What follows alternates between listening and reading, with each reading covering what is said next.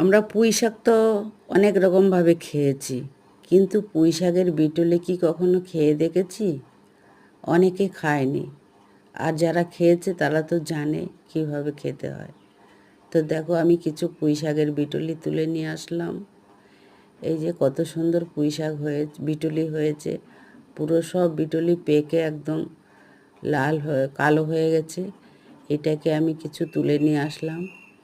এনে এবার এটাকে ভালো করে বেছে ধুয়ে নিলাম। দেখো কত সুন্দর লাগছে। এই যে ধুয়ে নিয়েছি। এবার তার সঙ্গে একটু আলু, পেঁয়াজ, টমেটো, কাঁচা লঙ্কা কুচিয়ে নিয়ে একটু ভেজে নিলাম একটা ডিম দিয়ে। আলুটাকে প্রথম ভেজে নিয়ে নুন, হলুদ, লঙ্কা দিয়ে ভালো করে কষিয়ে তারপরে পুঁই বিটুলিটা দিয়ে আর একটু কষিয়ে নিলাম। তারপর টমেটোটা দিয়ে আর একটু কষিয়ে নিলাম। দেখো কত সুন্দর হয়েছে। এই যে